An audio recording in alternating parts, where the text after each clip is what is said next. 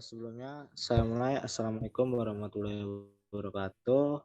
Di sini saya Diki Prasetya selaku moderator pada diskusi pada malam hari ini akan memandu berlangsungnya diskusi pada malam hari ini. Nah, diskusi pada malam hari ini kelompok 8 ya yang beranggotakan. Yang pertama itu ada Aisyatu Sindana, yang kedua ada Gania Irel, yang ketiga ada Raki Adia Pratama, yang keempat ada saya sendiri yaitu Diki Prasetya. Next slide.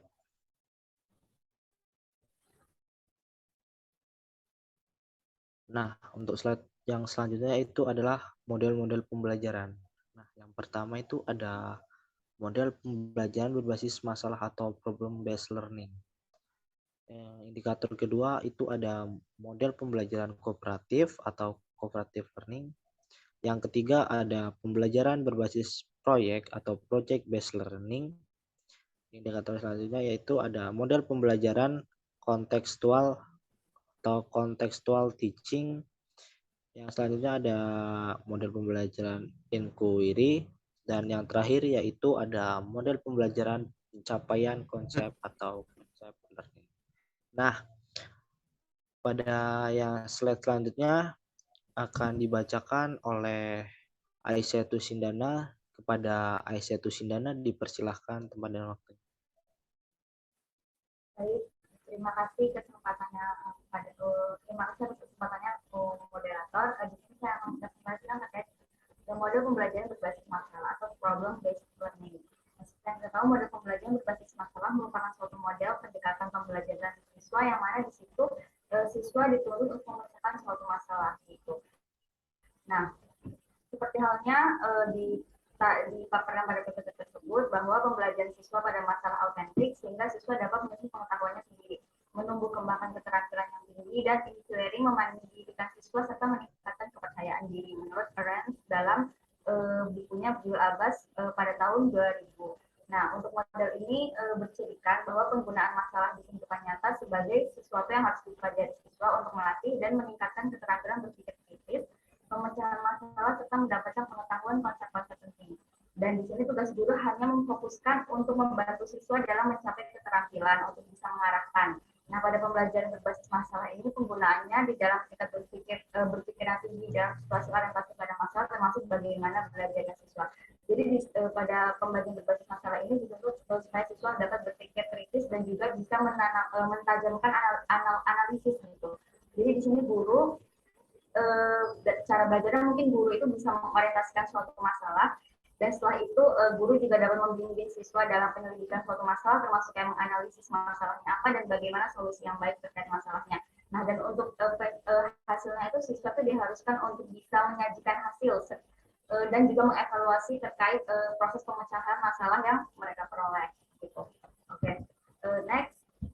Selanjutnya itu merupakan model pembelajaran kooperatif atau cooperative learning. Model pembelajaran kooperatif adalah rangkaian kegiatan belajar yang dilakukan oleh siswa secara berkelompok yang bertujuan untuk mencapai pembelajaran yang telah dirumuskan menurut Slavin dalam bukunya yang berjudul Isjoni pada tahun 2009. Nah, pada pembelajaran kooperatif ini merupakan suatu model pembelajaran di mana siswa belajar dan bekerja dalam kelompok-kelompok kecil secara kolaboratif. Yang dimaksud kolaboratif itu siswa itu melakukan kolaborasi antara satu sama lain gitu. Jadi terdapat suatu interaksi antara satu siswa dan siswa yang lainnya. Dan di sini dijelaskan bahwa di sini contohnya terdapat anggotanya lima orang, nah dengan struktur kelompok yang heterogen gitu. Heterogen itu yang beragam gitu. Sedangkan menurut Sunal dan Hans dalam bukunya Biro Isjoni pada tahun 2009, beliau mengemukakan bahwa pembelajaran kooperatif merupakan suatu cara pendekatan atau serangkaian strategi yang khusus dirancang untuk memberi dorongan kepada siswa agar bekerja sama selama proses pembelajaran. Salah satu manfaat dari pembelajaran kooperatif ini, siswa dapat mengembangkan pola berpikir kritis mereka, kayak kemampuan berpikir kritisnya. Di situ mereka diharuskan untuk berdiskusi dan pada forum diskusi itulah mereka diperharuskan untuk dapat menyampaikan argumen mereka masing-masing dan juga di situ mereka juga dapat mengeratkan kerjasama antar kelompok gitu. Jadi salah satu model pembelajaran kooperatif ini menurut saya sangat relevan jika digunakan pada siswa khususnya untuk tingkat SMA dan juga perkuliahan. Namun ini juga sangat relevan jika digunakan untuk anak SD gitu, karena di situ dapat melatih kemampuan mereka untuk bisa menjalin kerjasama antar kelompok gitu. Oke, baik, selanjutnya aku serahkan kepada moderator.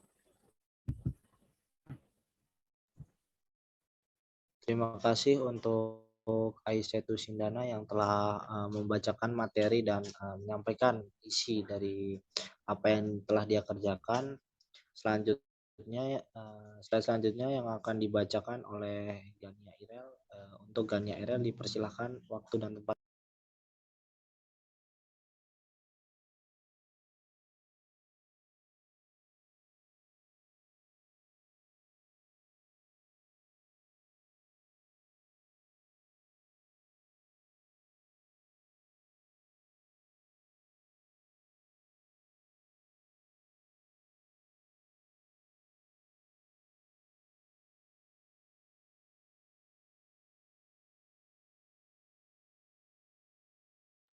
Baik, terima kasih Aisyah untuk model pembelajaran selanjutnya, yaitu model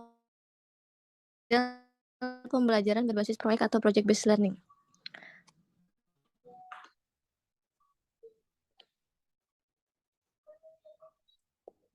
Proyek adalah tugas yang kompleks, berdasarkan tema yang menantang yang melibatkan siswa dalam mendesain, memecahkan masalah, mengambil keputusan, atau kegiatan investigasi.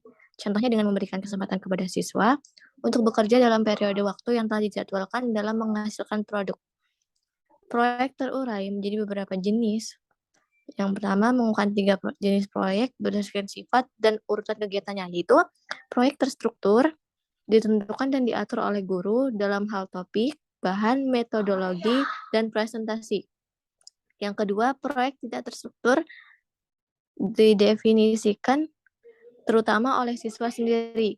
Yang ketiga, proyek semi terstruktur yang didefinisikan dan diatur sebagian oleh guru dan sebagian oleh siswa. Pembelajaran berbasis proyek ini sebagai pembelajaran yang menggunakan proyek sebagai media dalam proses pembelajaran untuk mencapai kompetensi, sikap, pengetahuan, dan keterampilan. Penekanan pembelajaran terletak pada aktivitas-aktivitas siswa untuk menghasilkan produk dengan menerapkan keterampilan meneliti, menganalisis, membuat, sampai dengan mempresentasikan produk pembelajaran berdasarkan pengalaman nyata. Produk yang dimaksud itu hasil proyek berupa barang atau jasa dalam bentuk desain, skema, karya tulis, karya seni, atau karya teknologi dan prakarya. Melalui penerapan ini, pembelajaran berbasis proyek, siswa akan berlatih melaksanakan kegiatan sesuai rencana dan menampilkan atau melaporkan hasil kegiatan. Bentuk aktivitas proyek terdiri dari yang pertama, proyek produksi yang melibatkan pencipta seperti buletin, video, program radio, poster, laporan tertulis, esai, foto, surat-surat, buku panduan, brosur, menu banquet, jadwal perjalanan, dan sebagainya. Yang kedua, proyek kinerja seperti pementasan, presentasi lisan, pertunjukan teater, pameran makanan, atau fashion show. Yang ketiga, proyek organisasi seperti pembentukan klub, kelompok diskusi, atau pemrograman mitra percakapan. Yang selanjutnya, model pembelajaran konstekstual atau contextual teaching. Model pembelajaran konseptual atau contextual teaching merupakan suatu konsepsi yang membantu guru dalam proses pembelajaran dengan mengaitkan konten mata pelajaran dengan situasi dunia nyata dan motivasi siswa yang membuat hubungan antara pengetahuan dan penerapannya dalam kehidupan. Mereka sebagai anggota keluarga, masyarakat, warga negara, dan tenaga kerja. Menurut Eli B. Johnson, CTL juga merupakan sebuah sistem yang merangsang otak untuk menyusun pola-pola yang mewujudkan makna dengan menghubungkan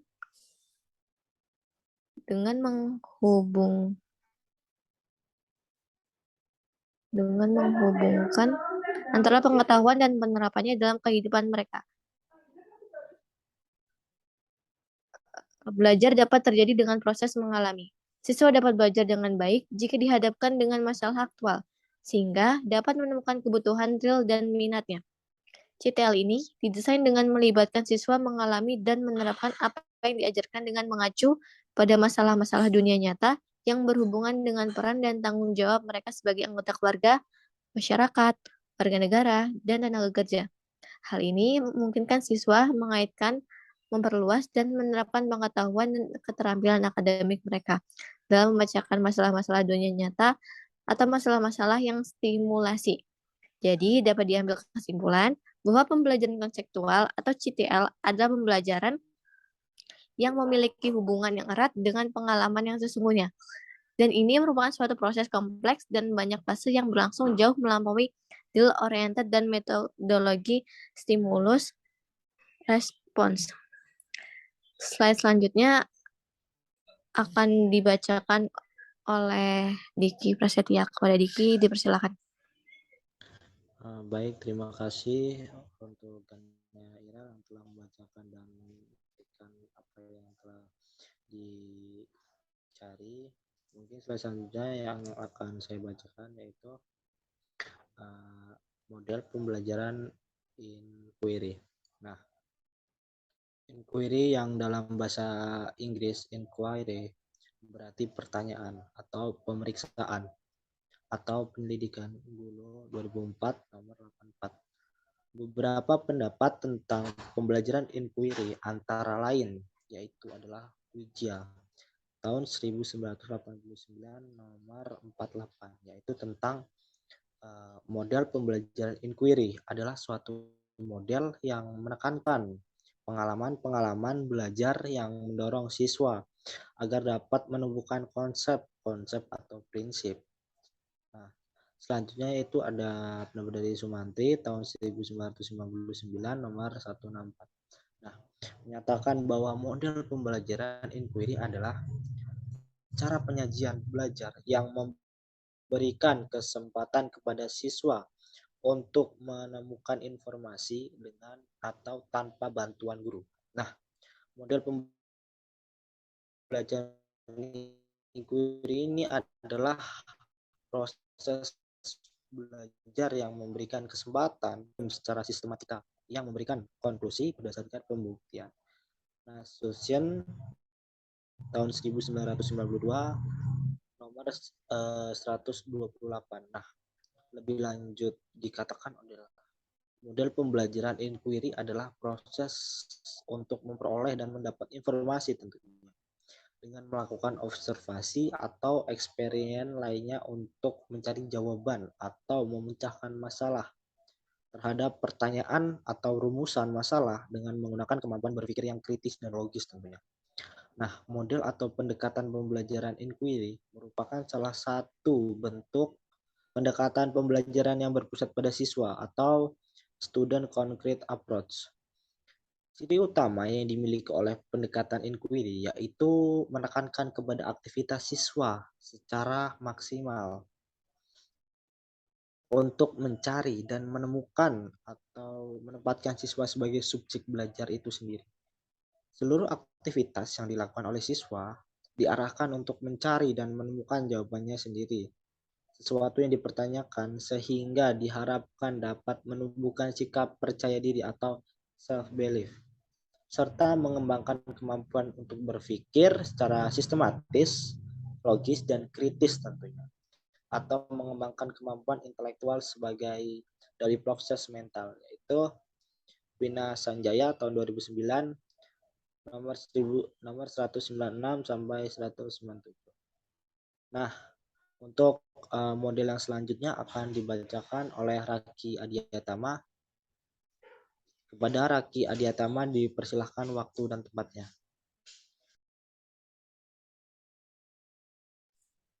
Baik, di sini saya akan menyampaikan tentang model pembelajaran pencapaian konsep. Jadi pertama dari pengertian terlebih dahulu, yaitu adalah suatu strategi mengajar yang bersifat induktif yang didefinisikan untuk membantu siswa dari semua usia dalam memperkuat pemahaman mereka terhadap konsep yang dipelajari dari melatih menguji hipotesis. Nah, model tersebut pertama kali diciptakan oleh Joyce dan Well yang berpijak pada karya Brunner, Goodnow, dan Austin. Kemudian model pencapaian konsep ini bermanfaat untuk memberikan pengalaman metode sains kepada para siswa dan secara khusus untuk menguji hipotesis. Kemudian ada dua peran pokok guru dalam pembelajaran model pencapaian konsep yang perlu diperhatikan. Yang pertama itu adalah menciptakan suatu lingkungan sedemikian hingga siswa merasa bebas untuk berpikir dan menduga tanpa rasa takut dari kritikan atau ejekan. Kemudian yang kedua itu menjelaskan dan mengilustrasikan bagaimana model pencapaian konsep itu seharusnya berlangsung, serta membimbing siswa dalam proses itu, dan juga membantu siswa menyatakan dan menganalisis hipotesis dan mengartikulasi pemikiran-pemikiran mereka. Nah, kemudian dalam membimbing aktivitas itu terdapat 3 cara penting yang dapat dilakukan oleh guru. Yang pertama itu yaitu guru dapat mendorong siswa untuk menyatakan pemikiran mereka dalam bentuk hipotesis, bukan dalam bentuk observasi.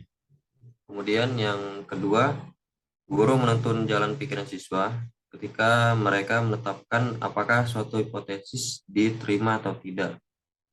Kemudian yang ketiga, guru meminta siswa untuk menjelaskan mengapa mereka memilih atau menolak suatu hipotesis. Kemudian terdapat tujuan dari penggunaan model pencapaian konsep ini. Yang pertama itu adalah tujuan isinya. Menurut Egan dan Kauchak bahwa model pembelajaran ini lebih efektif untuk memperkaya suatu konsep daripada belajar pemula atau initial learning, dan juga akan lebih efektif dalam membantu siswa memahami hubungan-hubungan antara konsep-konsep yang terkait erat dan digunakan dalam bentuk review. Nah, dengan kata lain, penggunaan model ini akan lebih efektif jika siswa sudah memiliki pengalaman tentang konsep yang akan dipelajari itu, dan bukan siswa yang benar-benar baru mempelajari konsep tersebut. Nah, kemudian ada 2 hal penting yang perlu diperhatikan dalam menerapkan model pencapaian konsep yang berkaitan dengan tujuan isi tersebut. Yang pertama itu adalah model pencapaian konsep didesain khusus untuk mengajarkan konsep secara eksklusif. Jadi model pembelajaran ini berfokus semata-mata hanya pada pembelajaran konsep. Kemudian yang kedua itu adalah siswa yang diajari suatu konsep dengan menggunakan model pencapaian konsep harus memiliki latar belakang pengetahuan tentang konsep tersebut. Kemudian lanjut yang kedua yaitu tujuan pengembangan berpikir kritis siswa. Nah, model pencapaian konsep ini lebih memfokuskan pada pengembangan berpikir kritis siswa dalam membentuk menguji hipotesis. Dan juga model pembelajaran ini ditekankan pada analisis siswa terhadap hipotesis yang ada dan mengapa hipotesis itu diterima atau ditolak. Kemudian terdapat hal-hal yang perlu diperhatikan dalam merancang pembelajaran menggunakan model pencapaian konsep. Yang pertama itu adalah menetapkan materi. Kemudian yang kedua itu adalah pentingnya tujuan pembelajaran yang jelas. Kemudian yang ketiga adalah memilih contoh dan non-contoh. Yang keempat adalah mengurutkan contoh. Kemudian terdapat fase pembelajaran model pencapaian konsep. Nah, model pencapaian konsep ini memiliki 3 fase. Fase pertama itu adalah penyajian data dan identifikasi konsep, yang dimana pengajar menyajikan contoh yang sudah diberi label. Kemudian yang kedua itu adalah fase kedua yaitu mengetes pencapaian konsep. Di sini pelajar mengidentifikasi tambahan contoh yang tidak diberi label dengan menyatakan iya atau bukan. Kemudian lanjut ke fase ketiga yaitu penganalisis strategi berpikir. Di sini pelajar mendiskusikan hipotesis dan ciri-ciri konsep. Oke, baik. Sekian dari saya. Saya kembalikan ke moderator. Baik, terima kasih untuk Rakyat Diatama yang telah menyampaikan apa yang tadi disampaikan tadi. Untuk next selanjutnya ini kita akan melakukan diskusi untuk terkait media pembelajaran. Nah, dari beberapa kalian yang ada di sini, apakah dari kalian ada yang ingin disampaikan tentang opini atau terkait model pembelajaran ini? Boleh, silakan untuk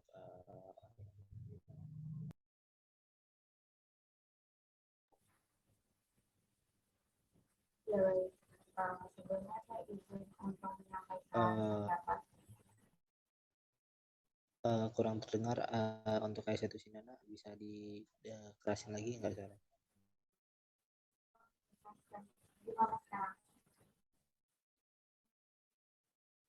Masih kurang, Ai. Halo, halo, halo, halo. Nah, sekarang agak lumayan. Kecil ya? Halo, Ini coba kerasin lagi, coba dideketin ininya. halo.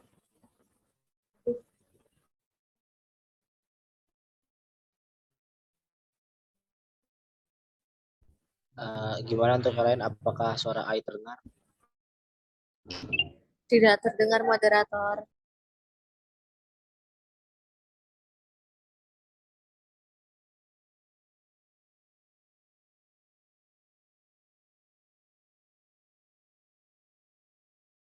Coba di off cam aja dulu ininya. Siapa tahu sinyal.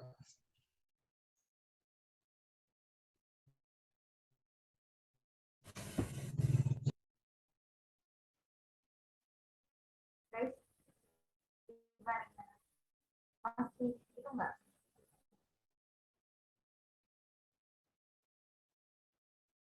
Halo,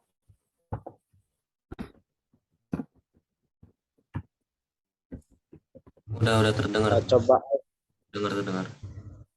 ini ngomongnya ini aja, kalau nggak terdengar ini aja. Off cam aja kalau. Kedengeran nggak kedengeran? Lanjut aja.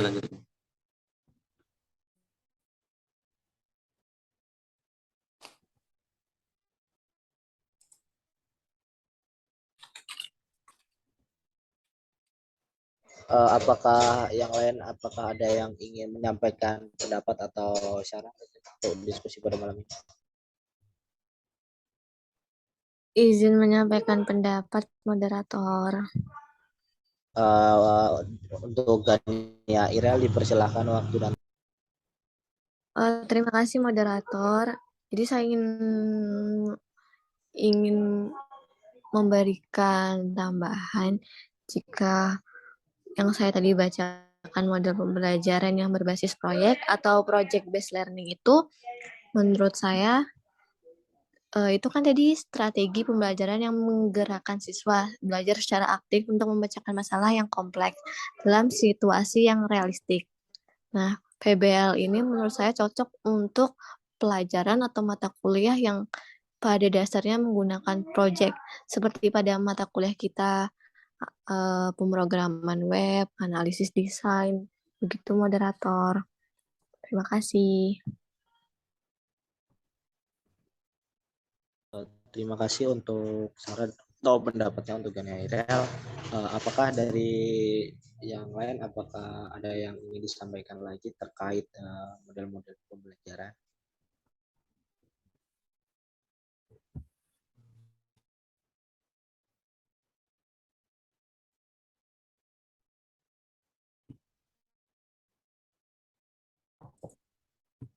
oke, langsung aja ya. Aku mau nambahin sedikit nih terkait model pembelajaran kooperatif gitu. Jadi menurut aku untuk mata pelajaran kooperatif, model pembelajaran kooperatif itu cocok untuk digunakan pada saat dari tingkat SD hingga perkuliahan cocok ya, karena kan dari SD, karena kalau misalnya dari tingkat SD itu kan karena kita tahu kan kalau anak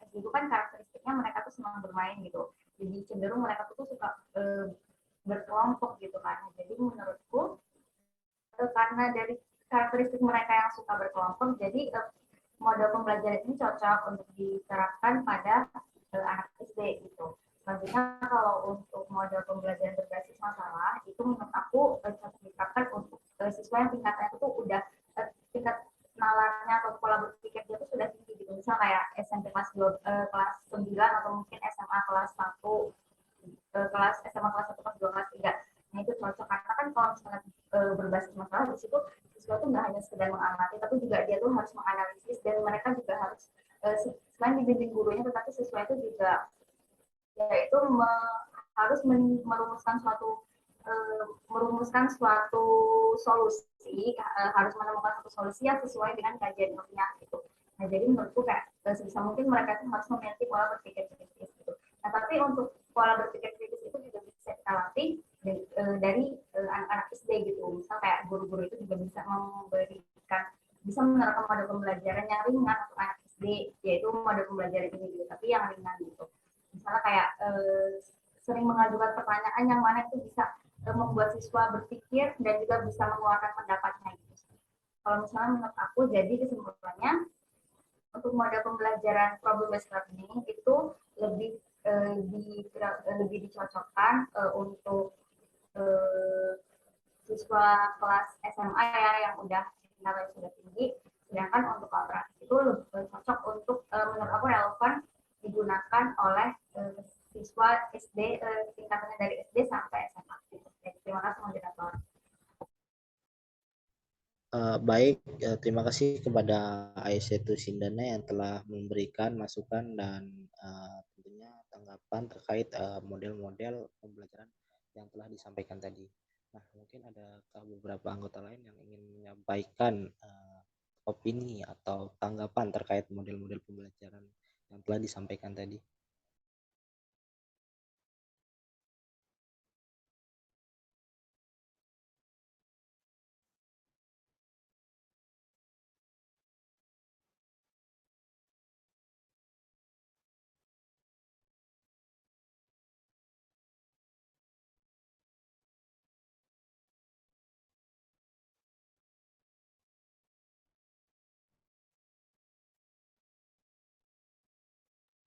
Mungkin apakah ada anggota lain yang ingin menyampaikan opini atau pendapatnya?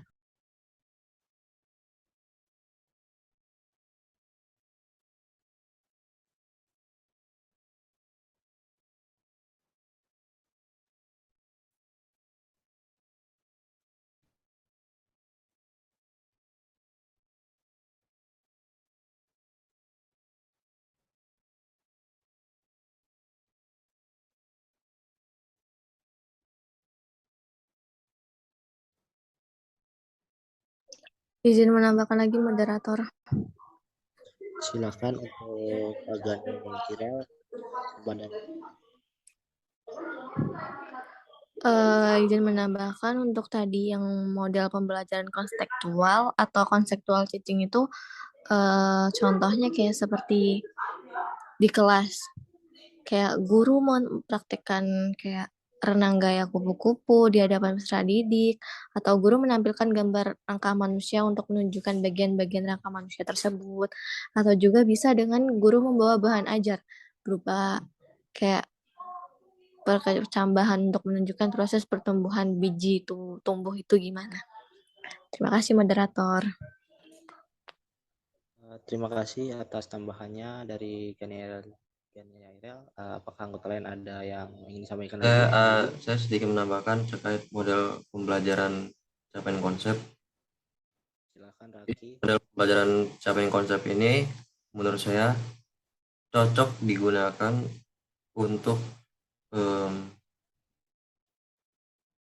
pelajaran matematika, karena dalam pelajaran matematika itu siswa itu memerlukan untuk memahami tiap-tiap topik dalam pelajaran tersebut. Nah, dalam pelajaran matematika ini kesalahan memahami konsep itu akan berpengaruh terhadap penguasaan konsep. Nah, selanjutnya dalam matematika ini merupakan pelajaran yang terstruktur. Nah, oleh karena itu pemahaman konsep di matematika itu harus jadi prioritas. Oke, mungkin cukup dari saya. Terima kasih untuk Raki Adia Pratama yang telah menyampaikan pendapat dan opini tersebut kepada forum diskusi pada malam hari ini. Mungkin cukup ya dari kita semua. Mungkin saya dapat menyimpulkan dari beberapa metode pembelajaran yang telah disampaikan tadi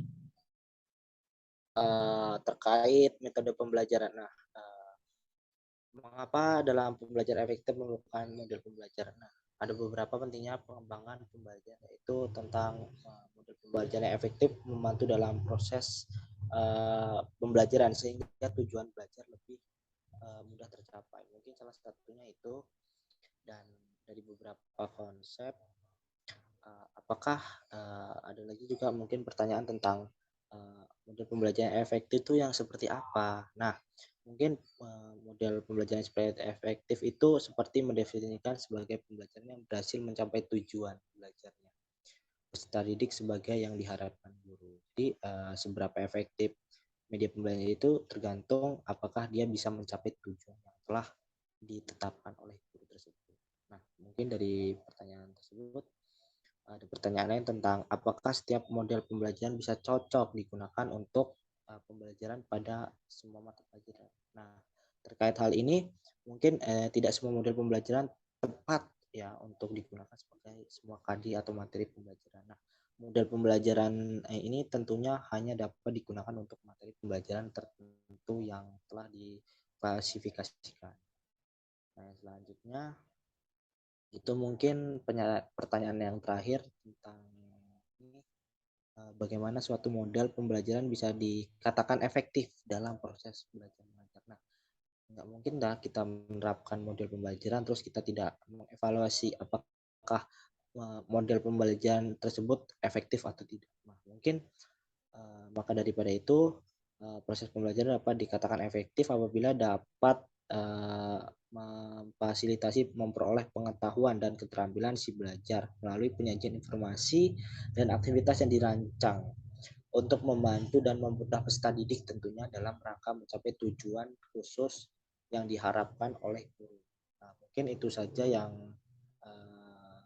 kesimpulan yang saya tambahkan dari diskusi pada malam hari ini tentang model-model pembelajaran. Mungkin sekian dari saya akhiri diskusi pada malam hari ini. Assalamualaikum warahmatullahi wabarakatuh. Waalaikumsalam warahmatullahi wabarakatuh. Diki, jangan lupa